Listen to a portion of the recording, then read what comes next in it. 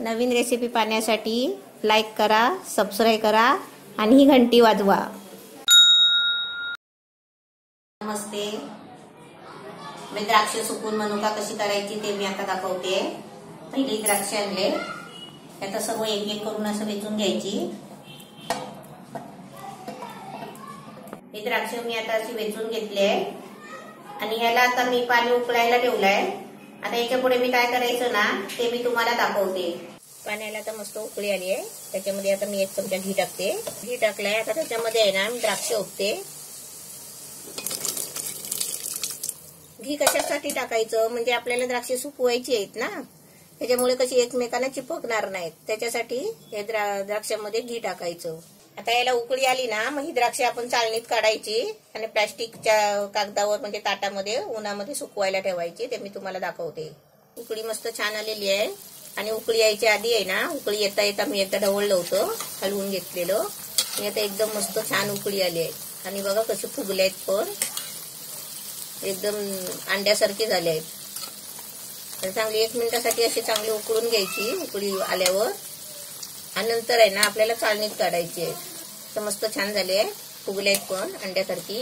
आता मी चाळणीमध्ये काढून घेते। पहिला गॅस बंद करते। अशी चाळणीमध्ये सगळी काढून घ्यायची आणि पाणी गळून गेलं ना मग आपण ताटामध्ये प्लास्टिकवर पुन्हा सुकायला ठेवायची। द्राक्ष असतील ना तेवढे म्हणजे हातील तेवढं ताट घ्यायचं, त्याच्यावर असं प्लास्टिक ठेवायचं आणि या प्लास्टिक मध्ये आहे ना द्राक्ष ओतून आपल्याला उन्हामध्ये ठेवायचे आहेत।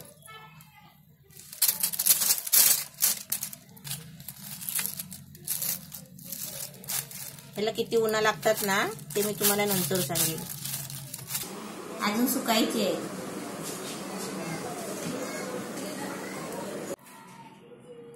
द्राक्ष उन्हात सुकवायला ठेवली होती ती बघा, प्लास्टिकवर अशी उन्हात सुकायला ठेवली होती ती। आता याची कशी मनुका बनली आहेत बघा। मी याच्यात थोडी सुद्धा हलवली नाही, एकदा जी सुकायला ठेवली ना ती तशीच मी 4-5 दिवस उन्हामध्ये सुकवायला ठेवली आणि आता त्याची आहे ना कशी बारीक झाली बघा। अशी मनुका आपली मस्त तयार झालेली आहे आणि आताच मी त्यांना हलवते। हे 4-5 दिवस उन्हात ठेवली आणि रात्रीची आहे ना पंख्याखाली ठेवली। आता अशी मस्त छान झाली आहेत बघा। द्राक्ष सुकून 5-6 दिवस झाले आहेत, मस्त आपली मनुका तयार झाली आहे आणि आपण एकत्र करू नये ना अशी ताटामध्ये अजून 2 दिवस उन्हात ठेवली ना तरी पण चालेल आणि मस्तपैकी पॅक डब्यामध्ये भरून ठेवायची।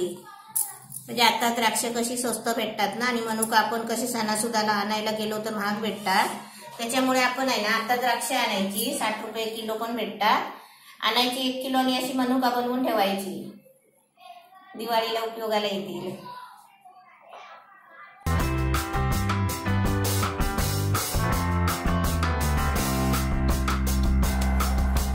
नवीन रेसिपी पाहण्यासाठी लाईक करा, सबस्क्राईब करा आणि ही घंटी वाजवा।